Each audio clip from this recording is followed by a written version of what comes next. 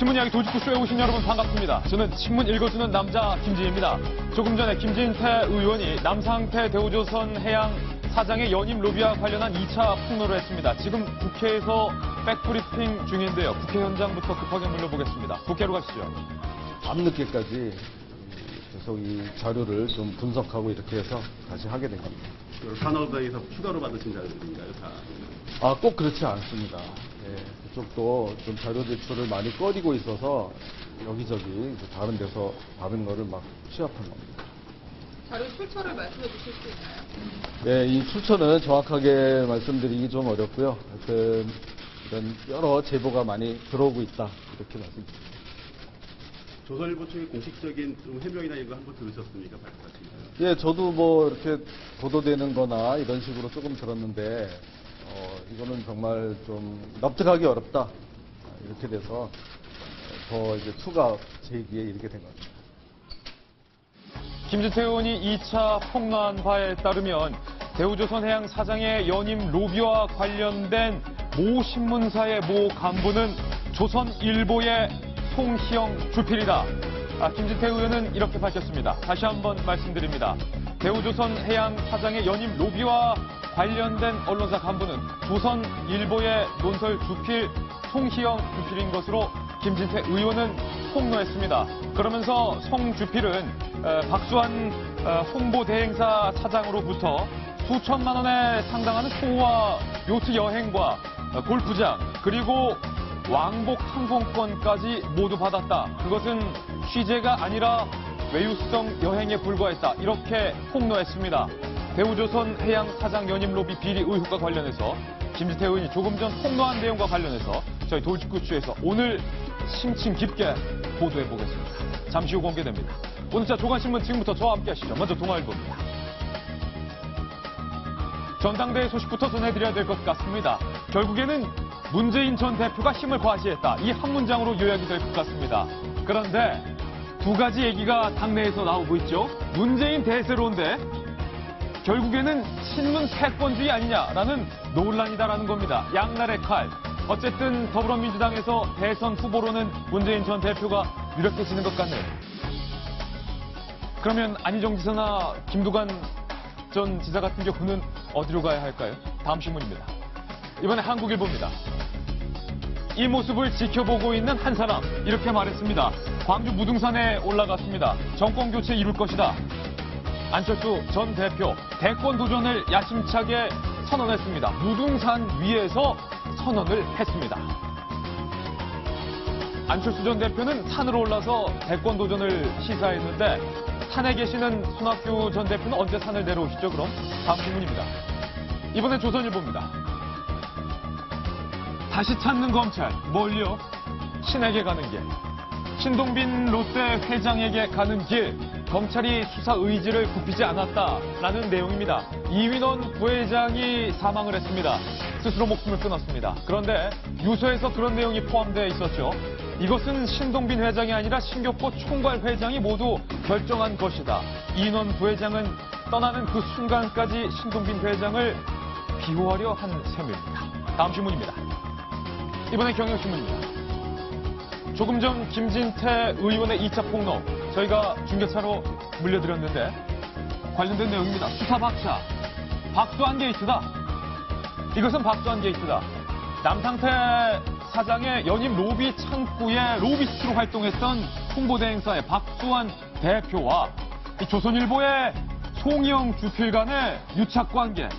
과연 이것이 그냥 의혹이냐? 아니면 정말로 두 사람 사이에 어떤 특수한 유착관계가 있는 것인가? 김진태 의원이 조금 전 폭로한 박수환 게이트에서 조선일보 송희영 주필 간의 관계는 과연 무엇일지 잠시 후 돌직구쇼에서 심도 깊게 논의해보겠습니다. 다음 신문입니다. 이번에 한겨레 신문인데요. 돌리면 나옵니다. 바로 이 부분입니다. 연임 로비 박수환 대표는 구속이 됐습니다. 홍보대행사 대표입니다. 그런데 이제 검찰의 칼날은 유착설이 일고 있는 어디 간부? 조선일보 간부에게 향해져 있습니다. 조선일보의 송희영 주필은 과연 홍보대행사 박수환 대표와 어떤 관계였을까요? 다음 신문입니다. 이번엔 서울신문입니다. 해결사 박수환 잡은 검찰. 정재계 수사 어디까지 갈 것인가? 이제 관건은 홍보대행사 박수환 대표가 20억이라는 특혜 계약을 남상태 전 사장에게 받았는데 이 20억 돈의 행방입니다. 정계, 재계, 이 돈이 어디로 갔을지 검찰은 궁금합니다. 그리고 저도 궁금합니다. 다음 신문입니다. 이번엔 중앙일보인데요. 역시 돌리면 나옵니다. 이인원 부회장이 스스로 목숨을 끊었습니다. 그런데 이인원 부회장의 개인적인 개인 사가 뒤늦게 공개됐습니다. 알고 봤더니 이인원 부회장에게는 교통사고로 뇌를 다친 아내가 있었고 10년 넘게 매일 산책을 하며 병수발을 했던 것으로 드러났습니다. 이인원 부회장을 추억하는 지인들이 밝힌 내용, 과연 이인원 부회장은 어떤 사연이 있었을지 잠시 후 저희 돌직구쇼에서 공개하겠습니다. 오늘도 여러 가지 뉴스 중에 중요한 뉴스만 치열하게 고민하고 준비했습니다. 시청자 여러분께서는 고품격 뉴스 토크, 신문 이야기 돌직구쇼를 시청하고 계십니다.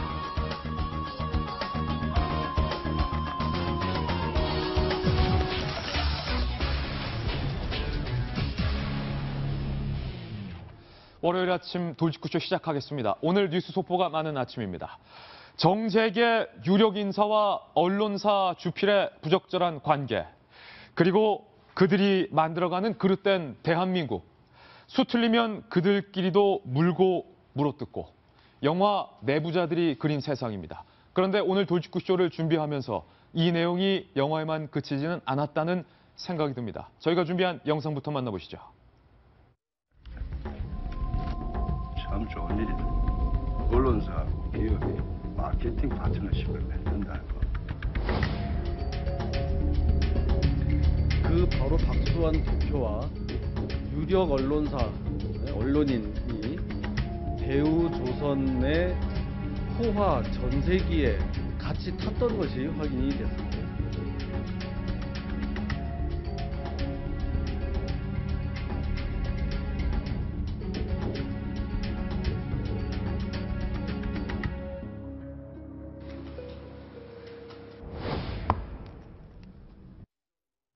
네, 영화 내부자들 그 실사판이다. 벌써 일각에선 이런 얘기까지 나오고 있습니다. 저희가 준비한 첫 번째 돌직구 신문을 지금 바로 공개합니다.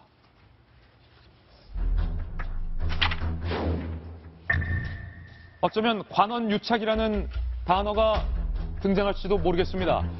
주필 비리 의혹 폭로.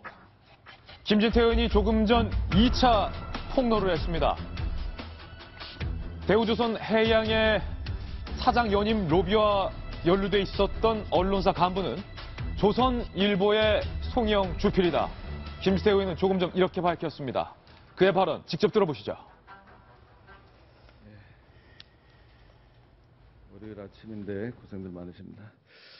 본 의원이 지난번 그 박수환 게이트에 유력 언론인이 연루돼 있었다고 그렇게 발표한 적이 있었는데 그 해당 언론인이 이에 대해서 반론을 제기했다고 들었습니다.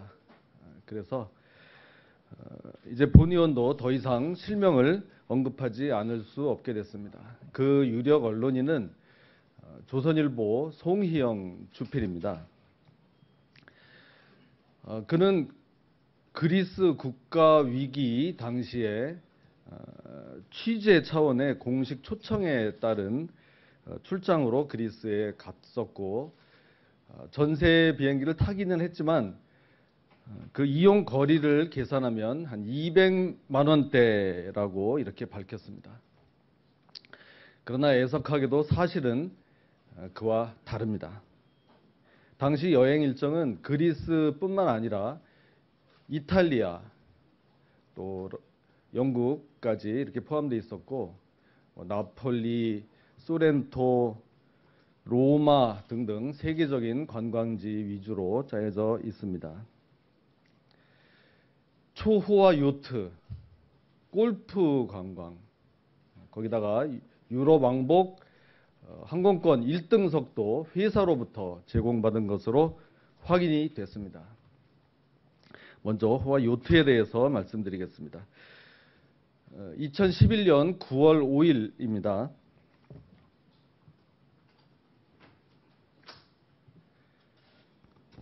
예, 이게 참 매번 이런 사진들 이렇게 보여드리게 돼서 참 송구스럽습니다만 이게 바로 그 호화 요트인데요. 이런 초호화 요트를 빌려서 그 나폴리에서 카프리를 거쳐서 소렌토까지 운행했는데 이 요트를 하루 빌리는 돈이 22,000유로, 당시 환율 기준으로 한화 3,340만 원입니다. 일반 시민들의 연봉 수준의 돈을 단 하루 요트 빌리는데 사용했다. 네, 김진태 의원의 2차 폭로 조금 전 있었던 내용 보셨습니다. 오늘 저희 돌직구 신문에서 준비한 내용은 바로 정재계에 이어서 유력 언론사 간부로 명명됐던 조선일보 송영 주필 간의 관계가 과연 어떤 관계인지, 그리고 그들 사이에 어떤 것이 오고 갔는지에 대한 다소 불편한 내용입니다. 저희가 준비한 출력물을 통해서 만나보시죠. 올 때까지 온 우병우 사태, 친박의 폭로, 청와대와 조선일보의 전면전이 공식화된 것 아니냐라는 얘기도 나오고 있습니다. 첫 번째 내용부터 살펴보시죠. 강성 친박 김진태의 폭로 2탄. 이것은 친박에 대해 역습이냐? 친박 뒤에 과연 누가 있는 것이냐라는 얘기까지 나오고 있습니다. 뉴스 속보 다시 한번 전해드리겠습니다. 대우조선 해양의 사장 연임 로비와 관련된 유력 언론사의 간부는 바로 김진태 의원의 폭로에 따르면 조선일보 송영 주필인 것으로 밝혀졌습니다. 그리고 송주필은 박수환 사장과 함께 나폴리, 소렌토, 로마 관광지를 돌아다녔다. 그러니까 그리스 부도 사태에 관련된 취재는 아니었다. 김진태 의원은 이렇게 폭로했습니다. 그러면서 초호화 요트 사진 한 장을 공개했는데 그 초호화 요트는 나폴리와 카프리, 소렌트를 경유하는 초호화 요트였고 하루 요트를 이용하는 비용이 무려 3,340만 원. 평범한 사람의 연봉 수준을 하루 비용으로 사용했다. 이렇게 밝혔습니다. 그러면서 런던에서 골프 라운딩까지 가졌고 인천과 파리, 베니스를 오가는 1등석 항공권까지 무상으로 다 제공받았다라는 내용을 폭로했습니다. 정성희 위원님, 같은 논설위원이시고 김진태 의원의 폭로에 따르면 조선일보의 논설위원 중에서도 사실은 수장격인 송영 주필. 당시에는 이제 주간이었던 거죠. 예. 예. 저도 굉장히 이제 안타까운데요. 뭐 개인적으로 잘 아는 사이고, 그다음에 그 칼럼도 내가 늘 즐겨했기 때문에 2011년에 있었던 상황인데요. 당시에 그리스가 국가 부도 위기를 겪고 있었던 건 맞습니다. 저도 출장을 그 당시에 다녀왔습니다. 아까 제가 찾아보니까 2010년에 다녀와서 저도 칼럼과 사설을 썼던 기억이 나서 이제 송영 주필이 쓴 사설과 칼럼을 다 읽어봤습니다. 네, 읽어봤는데 그리스에 대해서 칼럼을 쓴 거는 한 번이고요. 그 전에 조선일보 사설을 통해서 그 대우조선 관련해서 보통 이제 우리가 칼럼이나 사설은 이제 비판하는 것이 주류인데 대우해양조선이 잘한다는 내용의 그런 부분이 들어가 있는 칼럼이 사설이 좀 많이 보도가 된 거는 제 눈으로 직접 확인을 했습니다. 예. 어떤 이제 사연이 있었는가를 보게 되니까 이제 이렇게 대우조선 해양의 돈으로 외유성 출장을 다녀왔다고 볼 수밖에 없고요. 예. 다녀오면 기자들은 어떤 출장을 다녀오면 기사를 쓰지 않을 수 없으니까 거기에 대해서 이제 그리스에 대해서 칼럼이 나온 건 맞습니다. 그렇지만 통상적인 기준으로 볼 때 이렇게 논설위원이나 논설 주간의 신분이던로 이런 식의 어떤 출장을 간다는 건 굉장히 부적절합니다. 부적절하다. 틀림없이 말씀드릴 수 있습니다. 예, 이 이야기에는 여러 가지 갈래가 함유되어 있습니다. 그 여러 가지 갈래에 대해서 저희가 추후 상세하게 보도를 해드리겠지만 일단은 조선일보 송영 주필과 이 박수환 대표 간의 관계에 대해서 김진태 의원이 폭로한 내용에 대해서 먼저 집중을 해보겠습니다. 이숙형 칼럼니스트. 역시 같은 언론인인데 영화 내부자들을 보셨습니까? 봤죠. 네. 그 영화 내부자들에 보면 정재계 유력 인사와 거기도 언론사 주필, 주간이 등장하는데 그 언론사 주필과 결탁해서 그들이 이익대로, 그들의 바람대로 어떤 대한민국의 사회상을 마음대로 좌지우지하는 그런 모습을 영화에서는 다뤘는데 어떻습니까? 글쎄요, 그 뭐 절반의 진실이, 그러니까 영화라는 건 사실은 이제 좀 과장된 측면이 분명히 예. 있는 거고, 저렇게 정말 세상이 돌아갈까? 만약에 저게 사실이면 정말 암흑과 같은 걸 테고요. 근데 어쨌든 기본적인 사실에 어느 정도의 사실에 바탕을 해서 굉장히 이렇게 픽션이라고 일단 생각을 합니다. 그런데 이제 이번 사건을 보면서 저 영화를 떠올리시는 분들이 제 주변에도 굉장히 많더라고요. 네. 특히 언론사의 어떤 내부 어떤 정치 혹은 내부 권력 관계, 뭐 내부 구조에 대해서 잘 모르시는 분들일수록 저 내부자들의 굉장히 격한 공감을 표시하는 경우가 되게 많았었어요. 근데 이번 사건을 보면서도 사실은 그 언론인으로서 저게 만약에 사실이라면 굉장히 좀 부끄럽다는 생각을 사실은 하고 있고요. 언론인으로서 부끄럽다. 그렇죠. 저야 뭐 기자 생활을 한 10년도 채 안 했지만 그럼에도 불구하고 어쨌든 같은 업계에 있었던 사람으로서 저게 만약에 사실이라면, 그리고 오늘 김진태 의원의 어떤 저 의혹 제기가 사실이라면 굉장히 일단 좀 부끄럽다라는 말을 할 수밖에 없는 그런 상황 같습니다. 예. 네네.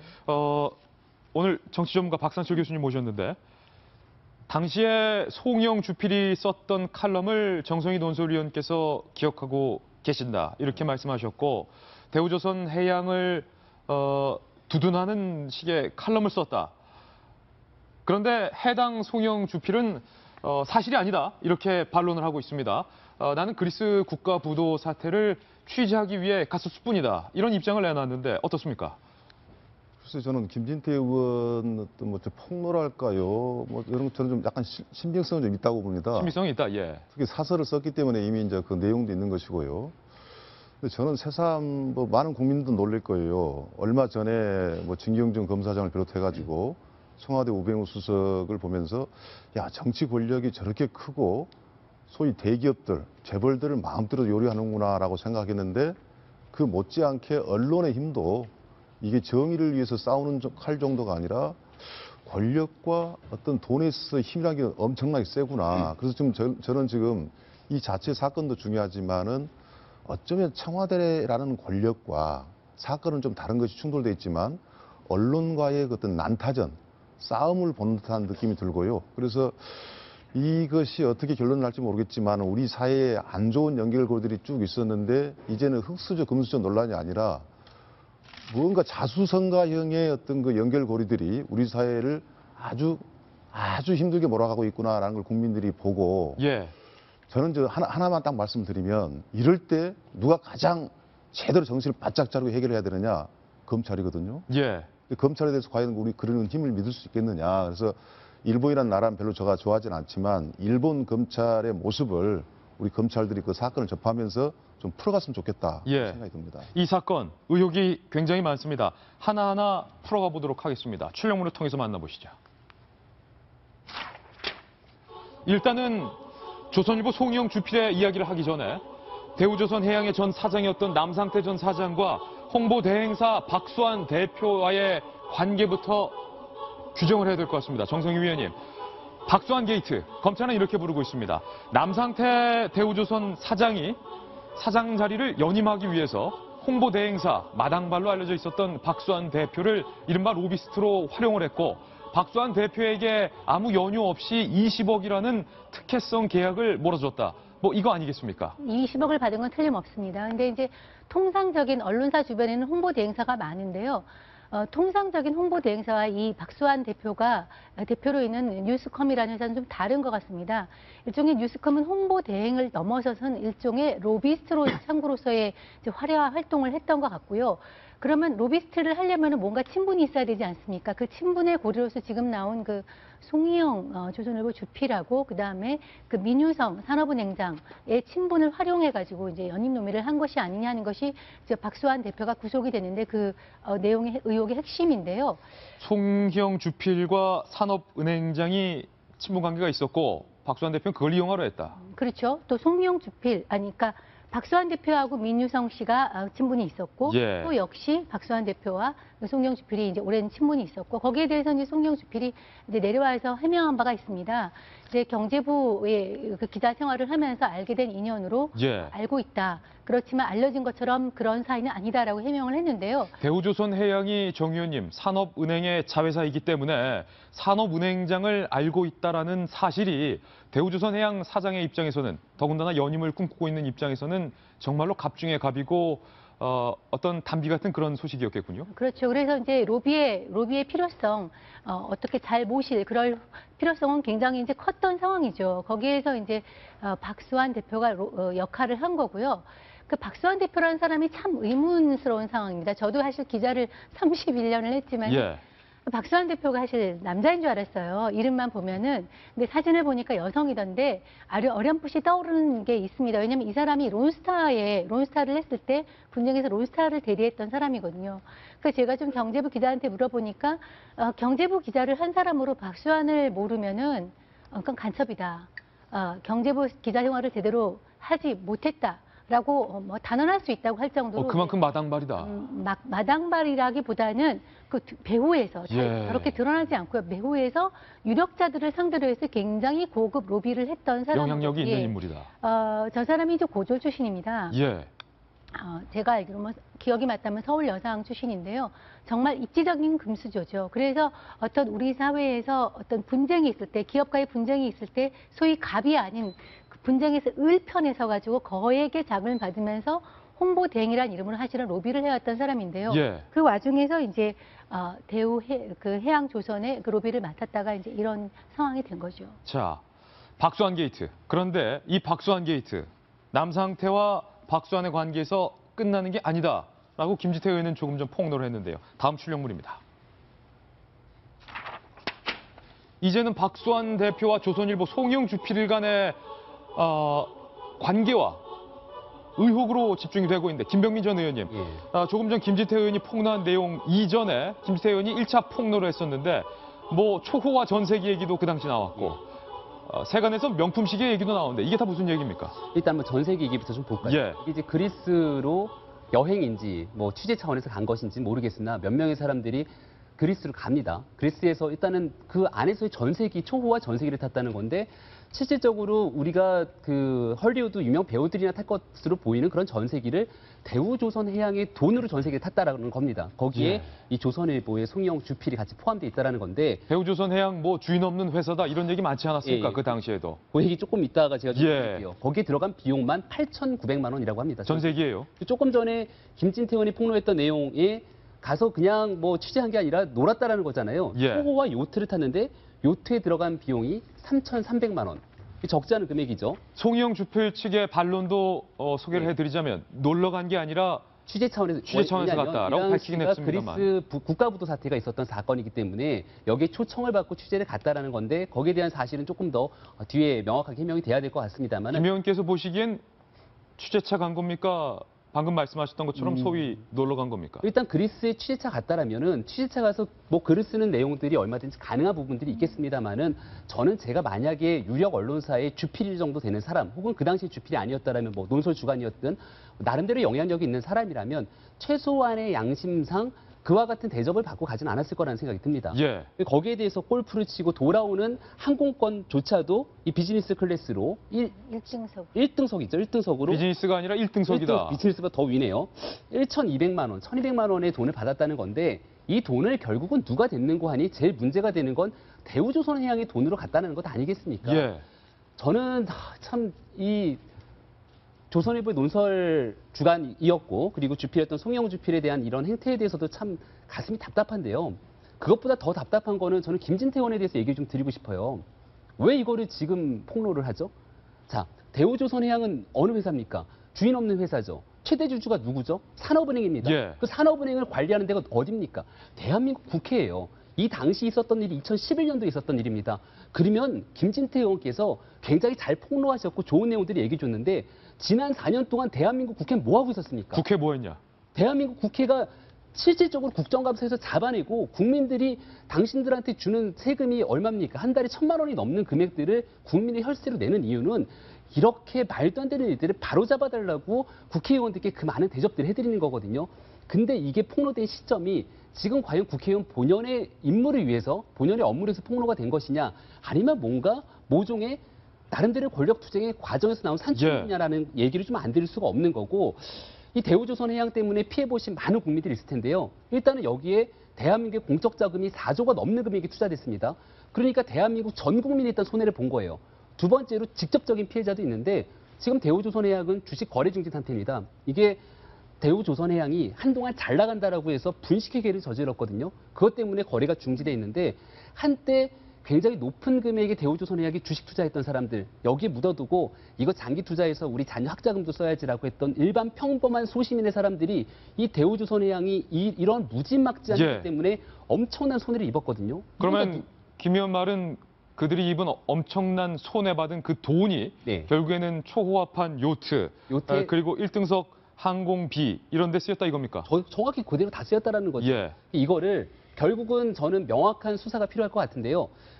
이런 금액들을 국가 돈이잖아요. 국가 돈이고 결국 그 국가 돈은 국민의 돈인데 이걸 아무렇지 않게 쓰고 나서 그냥 없어지게 되면 절대로 안 될 것 같아요. 진경준 검사장에 대한 사건 수사 결과에 저는 제일 마음에 드는 거 하나가 진경준 검사장이 부정으로 축제한 재산 그대로 다 몰수하겠다라고 했잖아요. 예. 이렇게 나라 돈이고 국민 돈 가지고 썼던 사람들이 저지른 비리들은 문제를 명확하게 해결하고 거기에 대해서 부정으로 쓴 돈은 다시 회수할 수 있도록 정부가 좀 어떤 조치를 취해야 되는 것 아닌가라는 생각도 듭니다. 시계, 명품 시계 얘기도 나오는데 저는 처음에 이 시계 브랜드 들었을 때 자동차 회사인 줄 알았습니다. 처음 들어보는 거라. 너무 비싸죠. 뭐 시계 같은 경우가 가장 적은 금액의 시계가 수천만 원대고 수억 원대의 시계가 있다고 하니까 예. 그런 시계를 어떻게 이거는 모르겠습니다. 실제로 시계를 선물을 받았는지 아닌지 모르겠으나 여기까지 나왔던 모든 의혹들이 만약에 사실이라면 정말 국민들이 분노할 수밖에 없는 뭐 그런 사실들을 계속 사실이 드러나고 있는 거죠. 지금 저 시계인데 이름이 파텍 필리페입니까? 저는 필립 파텍이라고 계속 하다가 예. 오늘에서야 파텍 필립인 줄 알았는데요. 저거를 받지 않았다고 그러면 송희영 주필은 이렇게 얘기를 했습니다. 예. 다만 이제 분명한 거는 남상태 사장이 저걸 샀다는 거예요. 좀 검찰 조사할 예. 때는. 그리고 박수환 대표도 저거를 전달하지 않았다고 얘기를 했으니까 어찌됐건 샀다. 근데 이제 저런 그 명품 시계를 살 때는 본인이 그걸 아마 차기 위해서 샀을 가능성은 없을 것 같고 아마 어디 로비에 정관계 로비에 로비용이다. 예, 로비에 썼을 가능성이 큰데 그럼 제가 여기서 중요한 거는 그 저것이 송희영 주필이 받았다는 그런 것이 아니고 그건 아닌 걸로 이제 분명한 것 같습니다. 어딘가에 전달했을 가능성이 높은 거를 찾아내야죠 검찰이. 그럼 예. 그 사람도 로비에 활용됐을 가능성이 크기 때문에 이제 만천하에 드러나야죠. 예. 이게요. 제가 대우조선해양에 대해서 개인적으로 한 10여 년부터 관심이 있었어가지고 좀 스토리를 아는 편인데 예. 너무 사실은 복잡합니다. 지금 이 인물들이 얽히고 설켜 있고 예를 들어가지고 이 박수환 대표가 크게 이제 로비를 했던 쪽이 이제 민유성 전 산업은행장 있지 않습니까? 이분 같은 경우에 이제 롯데 분쟁에서 지금 신동빈 회장 말고 예. 신동주 회장 쪽에서 이렇게 뭐 돼 있잖아요. 지금 산업은행 회장인 이제 이동골 회장 같은 경우에는 얼마 전에 자살한 그 이인원 부회장하고 그 고등학교 동기예요. 예. 여기 등장인물이 저기 등장하고 저기 등장인물이 여기 등장하고 이런 얽히고 건데, 설켜있네요. 네. 몇 가지 이제 쟁점들은 그럼 송희영 주필이 이제 여러 의혹을 받고 있죠. 검찰이 과연 수사를 할 것이냐. 그러면 이게 이제 쟁점이 될 겁니다. 지금까지 언론을 검찰이나 이런 쪽에서 봐줘서 그렇는지 실제로 아니어서 그런지 모르겠는데 이른바 주류 언론에서 누군가 대가성을 가지고 기사를 뭐 썼다, 논설을 썼다라는 식으로 해서 처벌된 적은 단 한 차례도 없습니다. 예. 만약에 이제 그까지 갈 것인가? 그까지 갈 그럼 이제 것인가? 그걸 이제 증명하기는 쉽지가 않을 거예요. 그럼 그 수사 단계에서 뭐 망신주기식으로 이런 식으로 이게 쭉 나올 것인가? 거기에 따라서 흔히들 이제 세간에서는 조선일보와 청와대 대결이다, 뭐 예. 한판 승부다라고 하는데 그 승부가 어디까지 갈 것이냐? 그리고 그러면 이 뒤에 지금 아까 남상태 전 대우조선 사장이 나왔지만 남상태 사장이 재임에 대한 로비를 했다면 제일 핵심적으로 어디다 했겠습니까? 청와대라든지 산업은행 아니겠습니까? 예. 그 송희영 주필 같은 경우에 말하자면 내가 여론을 동원하기 위한 어떤 수단인 것이잖아요, 언론은. 네. 그러면은 그 당시 이제 경제부총리 뒤에 산업은행 회장은 여기만 사람이 지금 이제 검찰이 수사하고 있는 강만수 전 경제부총리. 그 뒤는 누굽니까? 이명박 대통령 아닙니까? 예. 그럼 이게 청와대에서 부패한 기득권과 좌파 세력의 결탁으로 청와대를 흔들고 있는 것이라고 규정한 이후에 이게 나오고 있다는 겁니다. 그럼 이게 말하자면 이제 부패한 기득권인 거잖아요. 이쪽들이. 그럼 이명박 대통령하고 이쪽까지 이제 다 해가지고 전면전을 펼칠 것인가? 뭐 관전자 입장에서는 어떻게 보면 흥미롭기도 하고 어떻게 보면은 아이고 이게 뭐 어디까지 갈지 모르겠다. 저도 참 어디까지 갈지 모르겠는데 어디까지 갈 것인가? 그리고 김진태 의원의 뭐 의도성 김병민 의원님이 지적해 주시면 했지만은 제가 조금 말씀드렸다시피 이게 너무나 복잡해요. 그러면은 특검, 국정조사 해야 되는 거 아닙니까? 얼마 전에 서별관 회의도, 예. 서별관 회의에 대한 청문회도 못한다고 그 여당이 난리 구슬 쳤던 거 아닙니까? 근데 이래놓고 이런 거 폭로하면은 청문회가 아니라 청문회 뭐 할아버지라도 다 해야 되는 거죠. 그러면은 제가 생각할 때는 이제는 뭐 어느 한쪽에서 조금 덮고 말고 할 사안이 아니에요. 너무나 이제 확 터트려 버렸기 때문에 뭐 김영란법 시행도 좀 있으면 있는데 하나하나가 다 얽혀 있는 것이다. 그러면 이제 크게 가는 거는 그쪽인 것이고, 그 다음에 하나 마지막으로 하자면 김진태 의원의 의도성에 대해서 말씀드리자면은 뭐 그 부분은 잠시 후 예, 저희가 뒤에는 계속해서 논의해 이야기 보겠습니다. 이제 일이 아주 커졌다. 이까지만 말씀. 그렇죠. 김진태 의원이 제시했던 뭐랄까요? 증빙 자료가 될까요? 해당 항공기의 탑승 명단 표를 저희가 출력을 해봤는데 잘 안 보이실 수도 있어서 크게 한번 확대를 해봤습니다. 탑승자 명단을 보시면 쭉 낯선 이름들 사이에 낯익은 이름이 보이는데 희영송, 상태남, 수완탁, 그러니까 송희영 주필, 남상태 대우조선해양 사장, 그리고 박수환 홍보대행사 대표의 이름이 나란히 등장을 합니다. 그리고 이 출장을 전후해서 송주필이 썼던 칼럼 내용, 논설 내용을 보니까요. 박 교수님, 이런 내용인데 대우그룹이 공중 분해된 후 대우조선해양은 청소 없이도 세계적인 회사로 성장을 했다. 대우조선이 더 성장하면 경제 발전에 공헌할 수 있으니 공적 자금 회수 등 문제점만 너무 확대하지 말자라는 등의 우호적인 기사가 실렸네요. 조선일보에서 저 정도 써주면 도움은 되리라고 봐요. 예. 근데 방금 우리 윤 실장이 하고 싶은 이야기를 잠깐 이제 우리 앵커가 다음에 이야기를 한 건데, 하라고 이야기한 건데, 제가 잠깐 그 부분을 좀 풀어서 이야기하면은, 아무리 언론인들이 저렇게 가서 정 의원이 저렇게 힘이 셉니까? 값어치가 이렇게 높아요? 아까 그 시계 이름도 잘 발음이 안 되는데, 그 정도 돈을 줘서 그 정도 사설을 써주면 맞는 대가라고 저는 생각이 안 듭니다. 예. 아, 조선일보 그 정도 지위에 있는 사람이라면 당시 어떠한 권력이 있는 사람도 쉽게 만날 수 있는, 바로 그것 때문에 돈이 건너가신 게 아니냐. 그렇다면은 이걸 청와대라는 국회에서 좋다. 지금 그 여야가 이 문제만큼은 어쩌면 청문회도 할 수도 있고 국정조사도 같이 쉽게 합의할 수도 있거든요. 예. 그런데 문제가 커질 수 있는 것이 지금 다른 장면에서 조선일보하고 청와대하고 싸우고 있다고 보는 시각이 많지 않습니까? 예. 그러면 여기서 어쩌면 그 게이트 내지는 모든 청문회 완판이 벌어질 수 있다라는 생각이 들기 때문에 검찰도 검찰이지만 이 문제는 어떤 국민의 알 권리도 필요하고 또 폭넓은 어떤 여러 연결망을 풀어가려면 역시 정치권에서의 어떤 그 청문회 내지는 국정조사가 시급하다라는 생각이 듭니다. 예. 아까 말씀하신 거 잠깐 첨언을 하자면, 그러니까 생각을 하죠. 우리 이제 영화의 저 장면이 진짜 현실이냐라고 물어오는 사람들이 많았다고 하잖아요. 그리고 지금 말씀하신 것처럼 저 언론사의 어떤 논설 주관이나 주필이 저렇게 영향력이 센 사람인가? 물론 굉장히 센 사람인 건 맞습니다. 왜냐하면 우리나라 기본적으로 보수 일간지, 대표적인 일간지 중에 한 사람이기 때문에 영향력이 굉장히 센데, 뒤집어 얘기하면 저 이제 이런 얘기를 좀 드리고 싶어요. 예전에 좀 격가지지만 제 취재할 때 보면은 소위 말하는 그 남자 기자들이 하는 얘기가, 가장 중요한 거는 해당 뭐 국장도 중요하고 뭐 차관도 중요하고 다 중요하지만 그 비서실에 있는 그 비서장, 그러니까 여비서 이런 사람들이 굉장히 중요하다 해서 물어봤어요. 왜 중요하냐니. 예.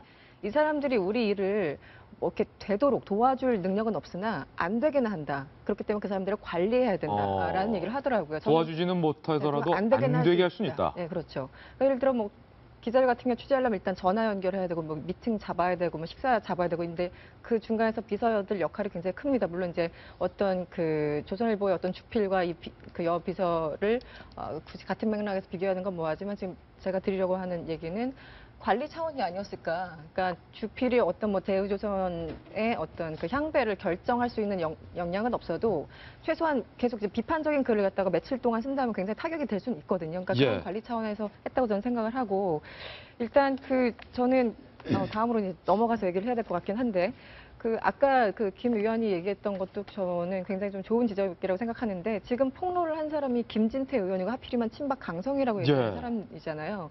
왜 이 시기에 특히 이제 강성이라고 하는 친박이 저렇게 총대를 메고 나왔을까? 사람들은 거기에 대해서 오히려 그렇다면 저 자료는 굉장히 5년 전 자료고 내밀한 자료인데 어떻게 입수했을까? 그 경위는 무엇일까? 여기에 대해서 오히려 어떤 본질에서 벗어나서 그 뒤 얘기에 더 사람들이 관심을 갖게 되는 그런 지금 상황이 됐다라는 거죠. 예.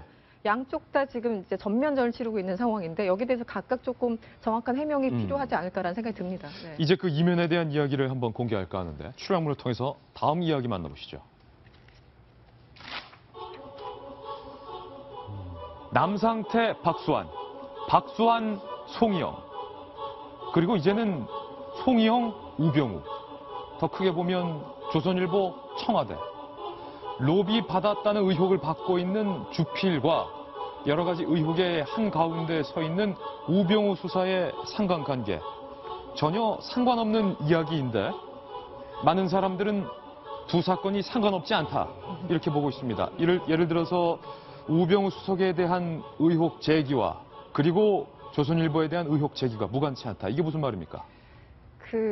제 주변에 이제 사람들이 아니 조선일보랑 청와대 친한 사이 아니었어? 왜 저래? 이런 질문을 많이 하세요. 실제 일반인들 눈에는 그렇게 보였던 게 사실이고 특히 이제 최동욱 검찰총장 제가 우병우 수석 이제 얘기하면서 최동욱 전 검찰총장 그 혼외자 사건으로 이제 물러나셨죠. 그러니까 그 당시와 약간 맥락은 좀 다르지만 오버랩된다라는 말씀 이제 드렸던 것 같은데요.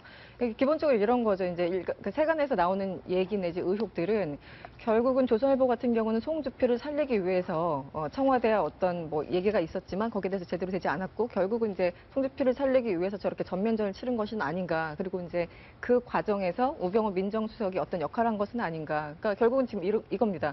청와대는 우병우를 꽉 잡고 있고 조선일보는 송주필을 지금 꽉 잡고 있는 그런 상황인데 예. 그렇다면 과연 이 서로 상관관계 혹은 인과관계가 어떻게 될 것인가라는 이제 얘기가 나오고 있는 거죠.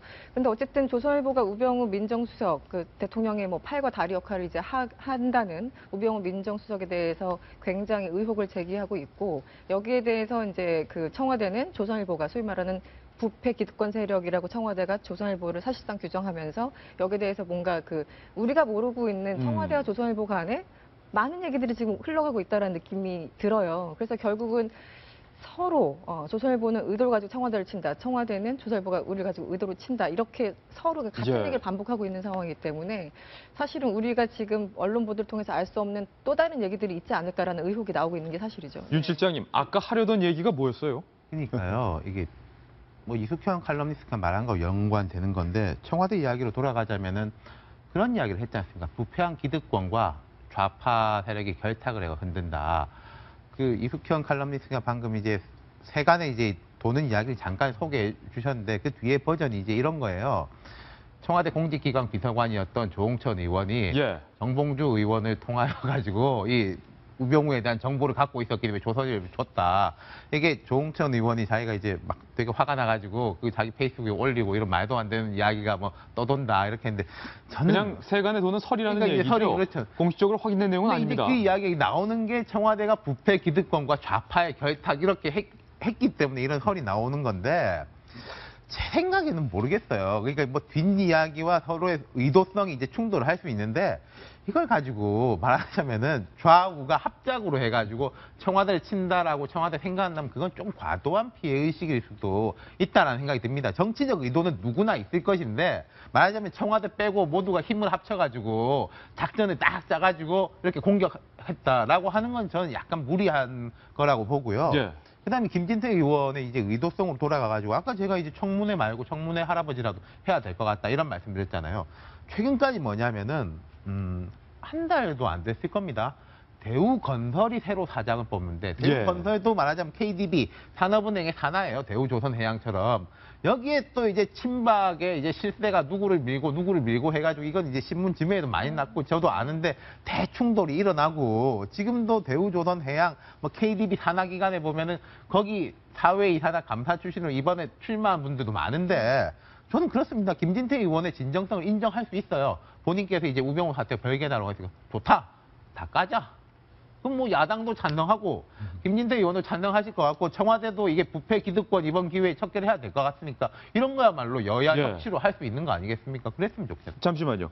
여러분들이 하시는 말씀을 들어보니까 제가 너무 단순해서인지 아니면 머리가 그렇게 나쁜 편은 아닙니다만 너무 뭐랄까요? 순수했던 건지 김병민 전 의원님. 예. 우병우 수석에 대한 의혹 제기도 지금까지 있었던. 그리고 이번 김진태 의원의 조선일보 송영 주필에 관한 의혹 제기도 모두 서로 간의 기싸움이다. 뭐 이런 말씀이신 거예요? 저도 제가 너무 순수해서 그런 건지 얘기를 듣다 보니까 그렇게 들리는데 만약에 그런 거라면 이 보는 국민들이 얼마나 허탈하고 참 어이가 없겠습니까? 영원한 적도 영원한 친구도 없다 뭐 이런 얘기들이 정치권에서 참 많이 듣게 되는데 제가 처음 잘 적응이 되지 않았던 거는 어느 날 피 터지게 싸워요 서로 간에 뭐 손가락질하면서 삿대질하고 욕하고 싸우는데 또 어느 날 갑자기 보면 굉장히 친한 친구처럼 악수하고 있는 정치권의 이런 모습을 보면서 저는 초창기 굉장히 환멸과 회의를 좀 느꼈거든요. 지금은 저도 좀 익숙해져서 그런지 그런 모습들이 자연스럽습니다. 지금 제일 우려되는 부분들은 이렇게 소위 말한 권력투쟁의 게임 형식으로 두 집단이 굉장히 크게 싸우고 있는데 어느 날 갑자기 아무렇지 않게 또 친하게 지내는 모습들을 국민들이 보게 되면 국민들은 얼마나 허탈해할까라는 생각이 들거든요. 두 집단 모두 지금 현재 가지고 있는 아주 커다란 문제점들이 있지 않습니까? 그 문제점만 도려내면 모든 문제가 다 해결이 되는 거거든요. 이게 국민들 보기에 권력투쟁의 장으로 전혀 보이지도 않고요. 근데 지금 그것들을 해결하고 있지 않기 때문에 국민들이 굉장히 불편해하는 거고 또 이분들이 저는 나서서 얘기하는 말 한마디 한마디에 국민, 시민들을 좀 언급하지 않았으면 좋겠다라는 당부의 말씀을 좀 드리고 싶어요. 김진태 의원 나오셔갖고 저는 폭로라고 얘기하고 싶습니다. 폭로를 하는데 갑자기 요트 얘기하면서 이 요트 값이 일반 평범한 시민들의 뭐 1년 월급 이런 예. 연봉 얘기를 하시는데 일반 시민들의 입장에서 그렇게 생각하신다라면 국회의원 의정활동 제대로 하셔갖고 이런 대우조선 해양이 분식회계 4조 원대 지금 공적자금 투입 문제에 대해서 결국은 어떻게 해결할 것인지에 대한 답을 주셔야지 예. 이럴 때만 시민 들먹입니까? 우병우 수석 문제 얘기도 하나만 할게요. 우병우 수석에 대해서 얘기 계속하면서 문제 있을 때마다 국민이 가만히 있지 않는다. 아니 국민이 가만히 있지 않은데 여기 대해서 그럼 송영 주필 사건에 대해서는 국민들은 여기에 대해서 가만히 있겠습니까? 이것도 가만히 있지 않죠. 국민과 시민의 목소리를 언급할 때는 거기에 대한 반드시 책임이 뒤따라야 됩니다. 근데 아무도 책임을 지지 않아요. 의혹 제기만 서로 예. 하고 있지.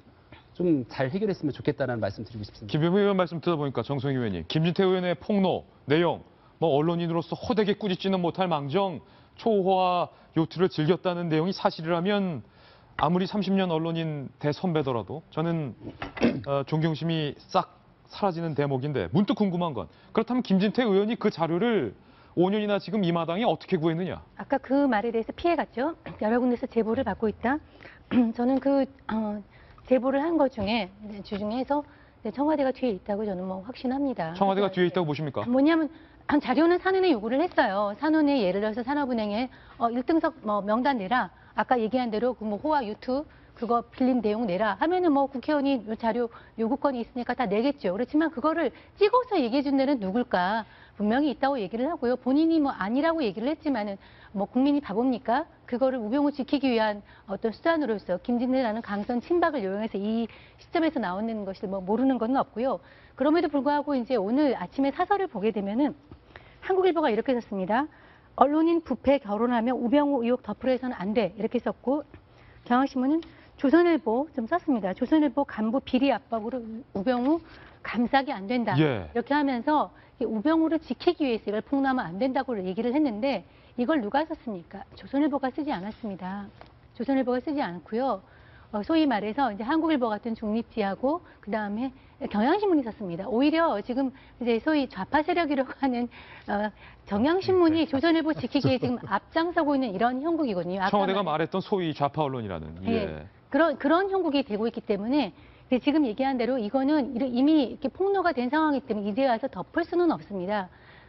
그래서 이제 앞으로 하는 거는 조선일보가 지금 김진태 의원이 2차 폭로를 한 마당에 지금 현재까지는 우리가 이름이 나오지 않았는데 오늘 처음 나왔거든요. 조선일보에서도 이거에 대해서 회사 입장을 내야 될 상황입니다. 더 이상 이제 피해갈 수는 없는 상황이 됐고요. 청와대도 아까 얘기했지만 이것이 온 국민들이 우병우를 지키기 위한 것으로 만약에 이 언론이 이런 걸 폭로를 이용한다 그러면 그것도 국민이 똑똑히 보고 있다는 것을 알았으면 좋겠습니다. 예, 뉴스 속보 들어와 있습니다. 검찰이 우병우 민정수석의 가족 회사로 알려졌던 정강을 압수수색했다는 뉴스 속보가 들어와 있습니다. 그리고 검찰은 이어서 우 수석의 아들 보직 특혜 의혹을 밝혀내기 위해서 서울청 차장실을 압수수색했다. 이런 뉴스 속보 들어와 있습니다. 검찰이 특별수사팀을 꾸렸고 과연 민정수석이 이 정강이라는 회사를 통해서 회사 돈을 마음대로 쓰진 않았는지, 그리고 우 수석의 아들이 이른바 의경에서 꽃보직에 관한 어떤 특혜를 받는 것은 아닌지에 대해서 수사를 하려는 것 같습니다. 우 수석 논란부터 한간에 도는 설입니다만 오늘 김진태 의원의 송영 주필 의혹까지 역시 한간에 도는 설에 따르면 두 거대 권력이 자신들의 기득권을 지키기 위한 기싸움을 벌이고 있다. 이런 설이 벌써부터 돌고 있습니다. 무엇이 사실이고 무엇이 진실인지는 검찰이 밝혀내야 할 대목이지만 결국 예전부터 지금까지 두 거대 권력의 힘겨루기에 국민만 놀아난 것이 아닌가라는 허탈함도 느낍니다. 저희가 준비한 다음 돌직구 신문으로 이동하겠습니다.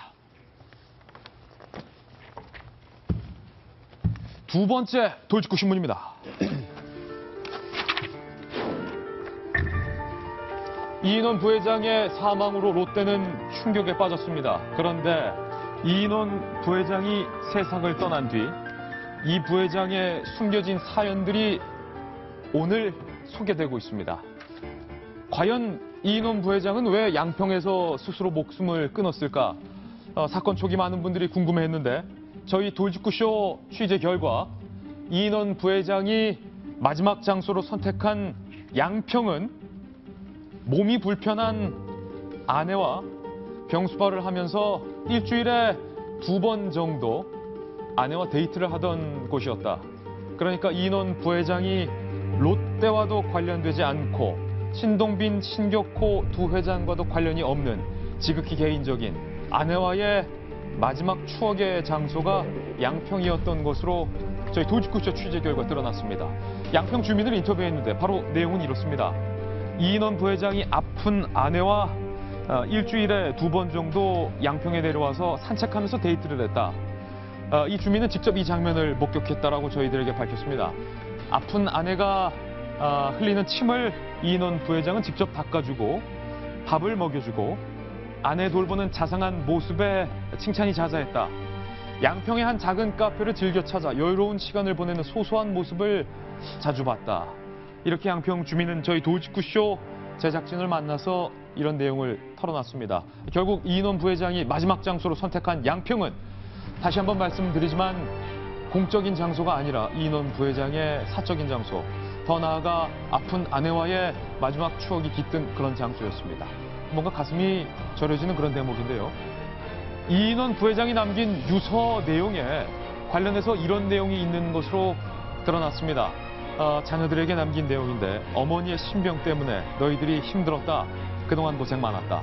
그러니까 이 부회장이 사적인 얘기를 잘 평소에 털어놓지 않는데 아내가 매우 아팠다라는 부분을 알 수 있는 대목인데 바로 이런 부분인데요. 김병민 전 의원님. 예. 이 부회장의 아내가 교통사고로 뇌를 다쳤고 10년 넘게 아내의 이 불편한 부분을 직접 이 부회장이 병수발을 했다. 그게 어떤 내용입니까? 저도 코끝이 찡한데요. 같이 한강변에 산책을 하다가 교통사고를 당해서 뇌를 다쳤다는 겁니다. 그러다 보니까 몸이 굉장히 많이 불편했을 거고 6시면 늘 퇴근해갖고서는 아픈 아내를 위해서 병수발을 들었다. 근데 최근에는 또 더 안타까운 소식이 대장암에 걸려서 투병을 했다 그래요. 그러니까 가뜩이나 뇌가 안 좋은데 대장암까지 걸렸으니 얼마나 더 그런 고통들이 컸겠습니까? 아파본 환자가 옆에 있는 가족들은 잘 알겠지만 누군가가 대신해 줄 수 있는 일이 아니거든요. 정말 가족이라도 자식들이 하기 힘든 일들이 있습니다. 그거를 결국은 배우자, 정말 사랑하는 배우자가 아니면 하기 힘든 일들이 있는데 그걸 아마 이인원 부회장이 하지 않았는가라는 생각이 들고, 그래서 더 안타까운 거는 그런 아내를 두고 왜 세상을 떠납니까? 예. 조금 더 옆에서 더 살뜰하게 보살펴주고 했었어야 되는데라는 아쉬움이 되게 크게 남는 대목이에요. 오늘자 기사 보도되는 내용들을 보니까 이인원 부회장이 아내를 잘 챙기고 또 직원들한테도 굉장히 살뜰하게 잘했다라는 대목의 내용들이 나오는데 저는 좀 인상 깊게 봤던 것 중에 하나가 운전기사에 관한 얘기더라고요. 보통은 대부분의 뭐 정치인들도 그렇고 기업인들도 그렇고 운전기사를 다 쓰니까 운전기사들이 아침 일찍 나와갖고 출근하기 전에는 그 추운데 집 앞에서 떨면서 기다리고 있는 경우들이 굉장히 많거든요.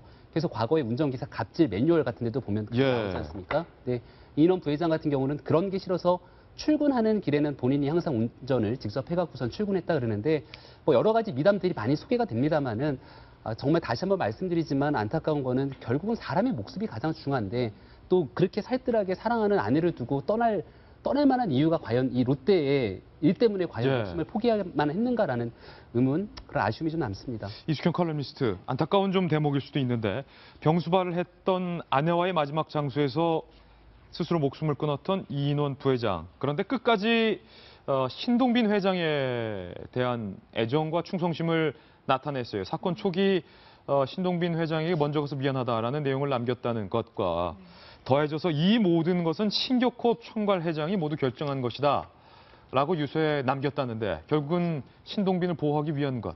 결국은 그렇죠. 그러니까 끝까지 롯데맨으로 평생을 살다가 롯데맨으로 간 그런 상황입니다. 그 개인적인 어떤 그 안타까운 뭐 아내 얘기 이런 것과 또 별개로 어쨌든 그 롯데맨으로 42년을 살았다고 하죠. 그런데 기본적으로 유서가 이제 그 표지를 포함해서 한 4장 정도 남겼는데 거기에 이제 남긴 게 가족에게 남긴 글 그리고 롯데 임직원에게 남긴 글 그리고 결국은 이번 수사와 관련된 그런 내용들로 구성된 것으로 지금 전해지고 있는데 예. 이게 처음부터 끝까지 이제 그 신 회장을 아끼려고 보호하려고 했던 의도가 이제 보인다라는 거죠. 그 유서 내용을 보면. 그리고 지금 이제 치매 그리고 이제 노환으로 지금 그 신격호 총괄회장 같은 경우 굉장히 아픈 상황이잖아요. 그래서 실질적으로 어떤 처벌이 가능할지 모르겠으나 일단 2005년까지는 뭐 신격호 총괄회장이 다 담당을 했다라는 게 유서 내용으로 전해지고 있습니다. 결국은 끝까지 이제 보호를 한 건데 검찰 수사 이제 그런 거죠. 지난 2002년 이후부터 260억 원의 어떤 비자금을 조성했다라는 것과 그것도 별도로 300억 원의 비자금을 조성했다라는 것. 거기에 대해서 이제 수사를 하고 이 부회장 소환 조사를 마지막으로 이제 소위 말하는 총수 일가에 직접 이제 소환장을 제출하려는 그 시기에서 지금 이제 예. 보면 수사의 어떤 그 시기가 멈춰버린 건데요. 어쨌든 이 개인적인 아픈 뭐 사생활 부분과 또 별개로 어쨌든 이 돌아가신 분이 만약에 죄를 저질렀다면 또 거기에 대해서 나름대로 책임을 졌어야 되는 건데 그 모든 게 이제 좀 사라진 상황인 예. 거죠. 네. 아내의 얘기를 다시 좀 여쭐 수밖에 없을 것 같은데 박 교수님. 교통사고 후유증으로 인해서 아내분이 지금 입원 치료 중인데 이 부회장의 갑작스런 이 사망 소식을 아직은 아내는 모른다. 유족들이 만약에 아내가 이 소식을 알게 되면 충격이 클 것을 우려하고 있다. 이렇게 전해지고 있습니다. 기가 막히죠. 저도 뭐 듣고만 있어도 안타깝고 그런데 이제 그런 상황에서는 참 애석합니다. 이제 그럼에도 불구하고 제가 좀 냉정한 이야기를 하면 이분이 일단 참 성실한 분은 맞는 것 같아요. 그러나 또 한편 독하다라는 생각도 들고 그분의 이제 롯데에서의 어떤 그 직장 생활이라 할 수 있죠. 처음에는 신격호 총수 입장에서 일을 해오다가 좀 안 좋은 말로 말을 좀 갈아탔다. 그래서 신동빈 현재 회장의 사람으로 변환되는 과정이 좀 보이고요. 또 유서에서 비자금은 없다라는 이야기는 사람이 자살을 할 때 가장 비장한 거 아니겠습니까? 예. 뭐 여러분 아실지 모르겠습니다만은 그 유명한 그 문둥병 그 시인이 하나 있어요. 이양 시인이라고. 하나원. 자살하지 말아라. 모든 아픔을 깨끗이 지워지는 이 멋있는 자살을 함부로 하는 거 아니다. 아껴두어라. 정말 자살을 오히려 역설적으로 하지 마라라는 건데. 예. 저는 이번에 이제 비자금이 없다 이런 자체 하나가 상당히 압박감을 느끼고 있었겠구나 생각이 들고 그러면서 한편 제가 이제 어쨌든 검찰한테 한 말씀 좀 드리고 싶은 예. 것은 검찰 수사 때문에 자살한 사람 꽤 많지 않습니까? 그러므로 해서 오히려 수사를 망치거든요. 수사는 사람을 잡는 게 아니지 않습니까? 사건의 본말을 정확히 봐서 다시는 일어나지 않고 또 최소한의 그 죄값을 받게 하는 그러한 것을 검찰이 해야 됨에도 불구하고 오히려 수사가 좀 미궁에 빠질 수도 있다라는 우려가 있지 않습니까? 그래서 검찰 수사의 지금 우리 행태에도 이번 기회에 돌이켜 봐야 되고요. 그럼에도 불구하고 이 회장 저렇게 참 열심히 일해온 사람들이 참 저런 형태로 세상을 등지는 것은 대단히 안타깝다라는 생각입니다. 수사는 사람을 잡는 것이 아니지 않느냐. 난처해진 게 이제 검찰이죠. 아까 얘기한 대로 이제 그 이인원 부회장만 조사를 하면 바로 신동빈 회장을 이제 소환할 수 있는 상황인데 핵심 연결고리가 딱 빠져서 이 정황만으로는 이제 입증하기가 법원까지 가서 힘들기 때문에 이제 수사 일정이 조정이 불가피하고 뭐 수석 이혼해야 될 것 같습니다. 그러니까 이제 핵심이 뭐냐면은 그 롯데건설과 관련해서 이제 비자금을 만들었다니까 그 비자금이 어디로 가느냐. 제2롯데월드 건설과 관련해서 정관계 로비로 쓰였을 가능성이 예. 제일 핵심 아니겠습니까? 그거를 알 수 있는 이제 유일한 사람이 지금 사라진 상황이기 때문에 검찰이 이제 난처해진 거는 틀림없습니다. 근데 이인원 회장, 부회장 같은 경우는 이제 갈 때까지 이제 죽어서까지 롯데맨이다 이렇게 생각할 수밖에 없어요. 자기가 온몸을 던져서 기업을 보호하려고 했는데 특히 이제 그 모든 책임을 신격호 회장한테, 총괄 회장한테 넘긴 거는 정말 신의 한 수였다. 예. 왜냐하면 2015년에 모는 결정은 혹시 비자금이 있더라도 그거는 신격호 총괄 회장의 지시를 한 거고 그 이후에 신동민 회장은 모른다라는 예. 것이고 지금 현재 없다는 것이고요. 그런데 뭐 신격호 총괄 회장 같은 경우는 지금 정상적인 판단이나 이런 것이 어렵기 때문에 사실 사법 처리도 쉽지 않기 때문에 네. 영원히 미궁에 빠져 있을 수 높기 때문에 죽어서도 정말 롯데맨으로 남으려고 했다 이렇게 네. 평가할 수 있을 것 같습니다. 이인원 부회장의 뒷이야기 안타까운 소식들 다뤄봤습니다. 이번엔 조금 분위기를 바꿔보겠습니다. 저희 돌직구 쇼에서만 만날 수 있는 신문 속에 나온 사람들의 동향에 대해 알아보는 코너입니다. 이름하여 신사동 그 사람 준비됐습니다. 첫 번째 신사동 그 사람을 만나보시죠. 오늘도 3명의 신사동 그 사람이 있는데 누굴부터 뜯어볼까요? 가운데부터 오늘 공개해 보겠습니다. 13살이면 중2 남학생, 제자와 성관계를 맞은 30대 여성 학원 선생님에 대해서 법원의 판단이 나왔는데 아니 뭐 이렇게 충격적인 얘기가 요즘 이렇게 많은지 모르겠습니다. 김병민 의원님, 일단 이게 어떤 사연이고 법원의 판단은 무엇인지 소개 좀 해주시죠. 좀 유지경이죠. 오늘자로 보도된 내용인데 중학교 2학년 남학생입니다. 남학생과 학원 강사죠. 30대 여 강사가 이 남학생을 좋아했다 그래요. 그 남자로서 마음이 좀 느꼈나 보죠. 예. 자신의 오피스텔에 데려가서 같이 좀 연애하자라는 취지로 연애를 했던 것 같고 학원 선생님의 오피스텔로 데려갔다. 자기 오피스텔에 데려가서 4차례의 성관계를 가졌다고 합니다.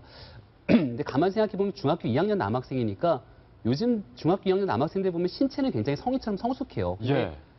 어렸을 때를 되돌이켜 보면은 그 당시에 과연 성에 관한 그런 관념들이 정확히 정착돼 있는가라고 하면 그렇지 않을 거거든요. 그렇기 때문에 둘이 합의하에 성관계를 가졌음에도 불구하고 법원이 내린 판단은 징역 8월에 집행유예 2년의 판결을 내리고 예. 120시간의 사회봉사를 명령했습니다. 법원에선 이건 합의한 성관계가 아니라 성적 학대다. 성적 만족을 얻기 위해 성관계를 했으며 결국은 이게 일반인의 선량한 성적 도덕관념으로 볼 때는 가혹행위에 해당된다라는 얘기를 하거든요. 예. 저도 이 여선생에 대해서 조금 뭐라고 좀 말씀을 드리고 싶은 게 제 중학교 2학년 때를 되돌아보면요. 가장 성에 관한 호기심이 왕성했던 때가 중학교 2학년 때였던 것 같아요. 예. 그럴 때 여 선생님이 학원 강사가 우리 집에 놀러 가자, 우리 같이 목욕할래? 라고 얘기를 하면은 이 건강한 중학교 2학년의 남학생 중에 말짱하게 이걸 거부할 수 있는 남학생이 몇이나 되겠습니까? 어허. 이 선생이 진짜 이 학생 입장에서 봤을 때는 평생을 살아가는 과정에서 30대 여선생님을 봤을 때 굉장히 야릇한 상상을 할 수 있거든요. 예. 이런 문제를 제기했기 때문에 120시간의 사회봉사 명령 반드시 잘 이수해야 되고 두 번 다시 이런 일이 좀 발생하지 않았으면 좋겠다. 그리고 뭐 충분히 12살, 16살 어린 연하랑 결혼할 수도 있어요. 얼마 전에 우리 박근영 이사장에 대해서 얘기했듯이 예. 좀 더 나이 지나고 나서 성인의 남성이랑 본인의 이성적인 매력을 갖고 결혼하는 거 아무도 뭐라 하지 않지만 예. 사춘기 청소년을 대상으로 하는 건 아니죠. 해당 선생님과 김군, 중2 남학생 김군은 경찰 조사를 받을 때 이런 얘기를 했다고 합니다. 먼저 여 선생님 같은 경우는 사귀던 중에 합의로 성관계를 맺은 것이다. 성적 학대 행위는 아니다. 라고 강변을 했고 제자 김군은 선생님을 사랑하고 있다. 그리고 처벌을 원하지 않는다. 하지만 어떤 관계 시에는 당황하고 부끄러웠다라고 진술을 했다고 하는데 중2 남학생을 아들로 둔 정성희 위원님께서 보시기에는 논소련 말고 엄마로서 이 사건 어떻게 보십니까? 정말 해상이 어떻게 되려고 제가 지난번에 한번 얘기했지만 거의 아들뻘 아니겠습니까? 예. 중2 관념이 그 중2에는 성에 대해서 잘 모르죠. 사실은 덩치만 크지 저희 아들도 저보다 10cm 이상 크지만 애기입니다. 애기다. 정신적으로 애기. 제가 어저께 또 물어봤어요. 이런 사건과 모르게 너 혹시 야동 봤니? 예. 그랬더니 야동은 안 받고 야동보다 게임을 했다. 야동보다 게임이 재밌다. 그 애들의 본질 아니겠습니까? 예. 지금 잘 몰라요. 이 게임이 더 재밌는 그런 어린아이인데 그런 아이들의 그 성적인 호기심을 이용해가지고 저렇게 한 것에 대해서 너무나 처벌이 약하다. 네. 이렇게 생각을 하고요. 처벌이 약하다. 아동복지법상 아동에 대한 음행, 강요, 매개, 성희롱으로 기소가 됐는데 저는 성폭력으로 해서 신상 공개를 좀 해서 얼굴을 좀 보고 싶어요. 신상을 공개하라? 예, 왜 이렇게 사회적 망신을 주지 않으면 이런 사람이 또 나타날 거예요. 그것이 아마 중2 아들을 가진 모든 엄마들의 마음이 아닐까 이런 생각이 듭니다. 지난번에 소개됐던 사건 역시 신사동에서 소개를 해드렸는데 이거는 학원 선생님과 제자와의 관계였는데 지난번에도 중2 남학생과 중3이었던 걸로 학교 선생님이 예, 학교 선생님이 기간제 교사가 이렇게 연애를 하고 거기는 성관계가 없었습니다. 성관계가 없었기 때문에 거기까지는 가지 않았지만 카톡의 내용이 있었죠. 본인이 둘 다 관계까지는 없었다고 하니까 저기까지 가진 않았지만 여전히 여교사와 제자는 위계에 의해서 본인의 그 지위에 의해서 어떤 강압적인 강압적인 뭔가를 강요를 행사할 수 있는 관계이기 때문에 저는 절대로 될 수 없는 거죠. 특히나 아동을 보호해야 되는 입장이 아니겠습니까? 그렇죠. 중2는 아직 굉장히 어린 아이입니다. 애기입니다. 근데 저 말에 제가 동의하는 게요. 이 성별만 바꿔보세요. 요즘은 여성도 성폭행의 주체가 될 수 있지 않습니까? 네. 만약에 중2가 여학생이고 30대 강사가 남자라고 봐요. 이건 정확하게 성추행 내지는 그 학대로 볼 수밖에 없죠. 그렇기 때문에 저는 그 정 의원님 말씀이 맞다고 봐요. 법원이 판결의 방향은 잘 잡았지만 그 형량은 너무 솜방망이었다. 만약에 성별을 바꿔보라. 마음속으로 약간 저 사랑으로 인정하려는 그런 그렇군요. 형량같이도 보이잖아요. 네. 신사동 그 사람. 이번엔 두 번째 그 사람으로 이동하겠습니다. 만나보시죠. 30대 부부가 거짓말처럼 자취를 감췄습니다. 사라졌습니다. 분명히 귀가해서 집에 들어가는 모습은 CCTV에 잡혔는데 이 부부가 집 밖으로 나오는 모습은 CCTV에 잡히지 않았습니다. 그러나 이 부부는 석 달째 행방이 묘연한 상황입니다. 마치 이 칼럼, 집 안에서 이 두 부부가 증발해버린 것처럼 사라진 것처럼 미스테리하다. 이 부부 어디 간 겁니까? 네, 사건 개요를 보니까 정말 미스테리합니다. 지난 5월 28일 날 발생한 사건인데요. 부산에서 일어난 사건입니다. 5월 28일에 그 30대 젊은 부부가 갑자기 사라졌어요. 35살 뭐 동갑 부부네요. 그리고 결혼한 지가 지난해 11월이니까 결혼한 지가 얼마 안 됐다고 하죠. 신혼부부. 그래서 아이는 없고 젊은 이제 부부가 갑자기 사라져서 가족들이 실종 신고를 냅니다. 3일 뒤였던 31일에 실종 신고를 냈는데 그래서 이제 경찰이 수사에 들어갔죠. 그래서 이제 일단 휴대전화가 가장 중요하니까 알아본 결과 6월 2일에 각각 전원이 꺼져 있는 것으로 드러납니다. 그런데 좀 흥미롭다기보다 좀 이상한 거는 남편의 전화기는 부산에서 발견이 됐던 것으로 지금 전해지고 있고 아내의 휴대전화는 서울에서 있는 것으로 위치가 최종 확인이 됐습니다. 남편은 부산 기장구에서, 아내는 서울에서. 네. 그러니까 같은 날 전원이 꺼져 있었고 다만 휴대전화의 위치는 서울과 부산으로 나뉘어져 있었다. 그러니까는 각각의 위치가 그렇게 있었다고 볼 수밖에 없는 상황이죠. 혹은 뭐 누군가가 대신 가져갔을 수도 있으나. 근데 이제 그런 겁니다. CCTV 확인 결과 이상한 사람들이 뭐 이렇게 침입한 흔적도 없고 어떤 혈흔의 어떤 흔적도 발견되지 않았기 때문에 어떤 외부에 의해서 뭐 강도 살인 이런 것도 아니라고 해요. 근데 이제 나온 기록이 없어서 이제 CCTV를 확인해 봤는데 굳이 그러니까 모르게 나오려면 방법이 있다고 합니다. 여기가 이 부부가 사는 집이 아파트 15층이었는데 15층에서 뭐 비상 계단을 통해서 이렇게 내려온다면 CCTV가 보이지 않는 곳으로 내려와서 지하 1층으로도 내려갈 수 있다고 해요. 그런데 굳이 그렇게 부부가 남 몰래 CCTV를 피해서 내려올 이유가 있었는가? 그래서 경찰이 여전히 지금 미스테리라고 하고요. 또 좀 이상한 거는 지금 부부가 소유하고 있던 개인의 어떤 그 신분증 그리고 여권은 사라진 상태고 남편의 컴퓨터 노트북이 없는 그런 상황이라고 합니다. 참 미스테리입니다. 경찰이 밝히고 있는 미스테리한 부분 몇 가지 중에서 첫 번째는 이 부부가 거액을 인출한 흔적도 없고 큰 빚을 진 사실도 없다. 그러니까 누군가의 원한 관계에 의해서 사라질 만한 이유는 전혀 없다. 그리고 5월 28일에 이 부부가 자택에 들어가는 모습은 찍혀 있는데 5월 28일 이후 자택을 나서는 모습은 어디에서도 발견되지 않고 있는데 6월 2일에 부부의 휴대전화가 남편은 부산 기장, 아내는 서울 천호동이요. 거기서 발견이 됐다는 겁니다. 휴대전화가 꺼진 채로 자취를 감췄다. 그리고 지금이 8월 29일이니까 지금까지 이 부부의 행방을 쫓을 수가 없다. 이거 어디로 간 겁니까? 뭐 저는 사회부 기자만 거의 했거든요. 한 20몇 년간. 근데 저는 나름대로 뭐 제가 하는 것이 얼마나 할지 모르겠지만 나름대로 시나리오 가지고 있습니다. 이건 이 부부가 작년에 결혼했어요. 그리고 이제 그 남편이 그 요리사로서 그 외식 업종을 운영하고 있었기 때문에 그 금전보다는 그 결혼한 지 얼마 안 되는 부부로서의 지적 문제는 있을 수 있다. 저는 이렇게 생각을 하고요. 그래서 분이 어떤 부부끼리 다툼을 하다가 우리가 뭐 같이 죽자든가 뭐 사실을 해보자든가 이런 것 때문에 둘이 몰래 빠져나간 것 같습니다. 그래서 그거 빠져나갈 때는 뭐 사람들 눈도 있으니까 아까 얘기한 대로 뭐 빠져나가는 건 문제가 아닌 것 같아요. CCTV에 잡히지 않고. 그런 다음에 이제 휴대전화가 각각, 그러니까 나흘간, 그 사이가 나흘이 걸립니다. 나흘 동안 휴대전화가 켜져 있었어요. 그리고 한 사람은 서울에서 한 사람은 부산에서 발견된 걸로 봐서 그 두 사람이 지금 같이 실종이 돼서 된 걸로 봐서 저는 두 사람 사이 어떤 다툼이 서울에서 있었고 어떤 사람이 사고를 당한 다음에 나머지 한 사람이 그 휴대전화를 가지고서 이제 본인의 고향인 부산으로 내려가서 또 좀 어떤 극단적인 선택을 한 것이 아닌가 저는 이렇게 추측을 하고 있습니다. 물론 경찰이 확인할 상황이지만 그런 식으로 이제 추측을 하지 않으면 이 모든 상황이 좀 납득이 되지 않고요. 더더욱이나 그 나머지 3개월 동안 부부가 둘 다 살아있다는 생존 흔적이 없습니다. 생존을 하려면 먹고 자고 해야 되는데 그런 것이 있고 또 우리나라가 CCTV 공화국 아니겠습니까? 어디든지 CCTV 깔려있기 때문에 살아있다면은 옛날에 유병원이처럼 어딘가는 잡혀야 되는데 잡히지 않았다는 걸로 봐서 이 결말이 좀 비극적인 결말이 나오지 않을까 조심스럽게 추측을 해봅니다. 신사동 그 사람이었습니다. 이번엔 첫 번째 신사동 그 사람으로 다시 한번 돌아가 보겠습니다. 두 번째, 세 번째는 공개했고 남은 건 한 명인데요. 전두환 전 대통령의 처남에 관한 이야기입니다. 전두환 전 대통령의 처남도 하루 일당 400만 원의 황제 노역을 하고 있는 것으로 뒤늦게 알려져서 논란이 되고 있습니다. 황제 노역. 윤태구 실장님, 사실 전 대통령의 차남 전재용 씨가 이른바 황제 노역을 하고 있다.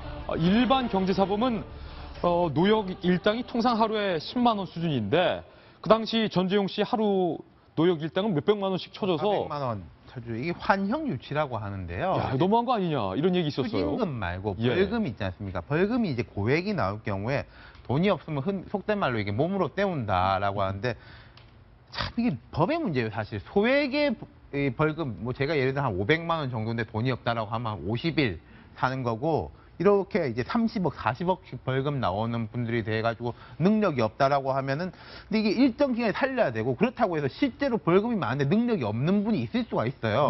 그럼 그 사람은 이제 평생 뭐 어디 휴용소에서 이렇게 저 북한처럼 시킬 거냐. 또 그건 아니기 때문에 어느 중간에 지점이 있어야 되는데 이게 참 마땅치가 않은 것이고 이게 기사가 약간 잘못된 게 하루 400만 원이 아니에요. 이게 보니까 주말에 쉬어요. 쉬는데도 그 갇혀 있으면 일한 걸 쳐주거든요. 유급 휴일이라고 해야 되나? 그럼 그렇군요. 이게 일주일에 400만 원씩 하면 3천만 원인데요. 일은 5일 동안 하니까 실제 일당으로 치면 한 5, 600 정도 되는 거죠. 정확하게 말하면 400은 아닙니다. 5, 600 정도 되는 건다. 박산초 교수님 이겁니다. 전재용 씨도 그렇고 전두환 전 대통령의 차남 이창석 씨도 그렇고 뭐 갚을 능력이 없다라고 하니까 결국 그럼 노역이라도 해라 이건데 남들과 다르게 하루 일당 400만 원, 500만 원, 600만 원 이러니까 세간에서는 이런 얘기 있습니다. 역시 사기를 쳐도 통 크게 쳐야 된다. 뭐 그런 얘기도 있고요. 저게 원래 돈이 없어서 정말 감옥 교도소에 갇혀 있는 신세인데 저것은 지금 하루에 뭐 400만 원 이상씩 이거 아니겠습니까? 아마 하루하루 보람이 생길 것 같아요. 보람 있다. 전두환 씨 아들은 야 이거 하루에 가만히 있어서 400만 원씩 돈이 까나가는구나. 이거 어마어마한 보람이 생긴다. 그래서 저게 지금 과연 그 형 대신 받고 있는 거라고 볼 수 있는 것인가. 그래서 우리 이제 형사 체계도요 좀 바뀌어야 됩니다. 그래서 저런 경우도 보면 거기에 상응하는 어떤 그 이 제도화가 돼 있어야지 저걸 누가 봐서 그 황제 노예란 말이 맞을 수밖에 없죠.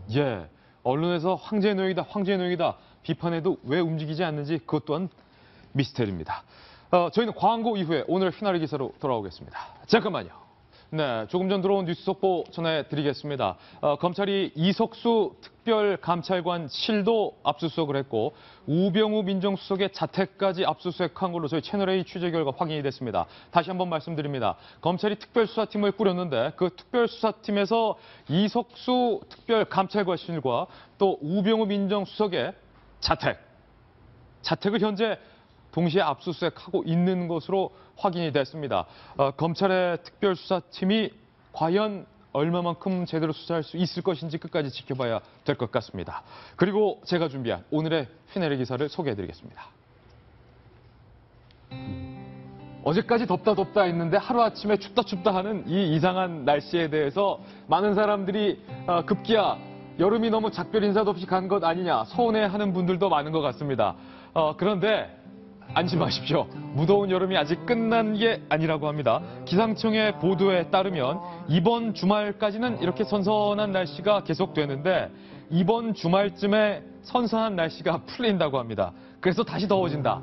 한낮 기온이 30도를 웃도는 더위가 9월 초까지는 계속될 것이다. 그러니까 추석 전까지는 다시 한번 더운 여름 날씨가 온다. 이런 기상 예보를 내놨는데 정성희 위원님, 이번 기상청의 예보 믿어도 되는 겁니까? 그렇죠. 요즘 뭐 천국 같다. 예. 행복은 가까운 데 있었다. 있었다. 날씨 있었다. 너무나 그 큰 폭염을 안겨주고 미안해서 날씨가 선물처럼 예. 이렇게 시원한 날씨를 준 것 같아요. 마음껏 즐기시고 또 대비를 해야 되겠습니다. 이렇게 예. 빗더위가 온다니까. 그렇습니다. 덥다 춥다 하면은 호감기 걸리기 딱이니까 잘 때는 이불 덮고 이번 주말까지 주무시기 바랍니다. 월요일 아침 저희가 준비한 뉴스 속보와 돌직구 다 전해드렸습니다. 저희는 내일 아침 더욱더 시원한 돌직구 아니 따뜻한 돌직구라고 해야 될까요? 잘 모르겠습니다. 내일 아침에도 풍성한 돌직구 들고 인사드리겠습니다. 오늘 하루는 분명 어제보다 더 나을 겁니다. 좋은 하루 되십시오. 고맙습니다.